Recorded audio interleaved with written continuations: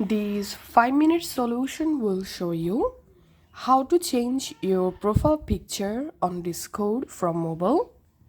Changing your profile picture from mobile is really very easy process. Just follow me to do it. Go ahead and launch your Discord app. Make sure to sign into your Discord account. Then tap on this menu icon. Tap on your profile photo. Tap on your profile photo again. Tap on upload avatar. And now select a new photo from your phone gallery.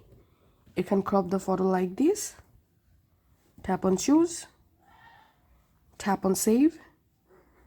And this is how we can change profile picture on Discord from mobile. If you find this video helpful, make sure to subscribe 5 Minute Solution. See you in the next video.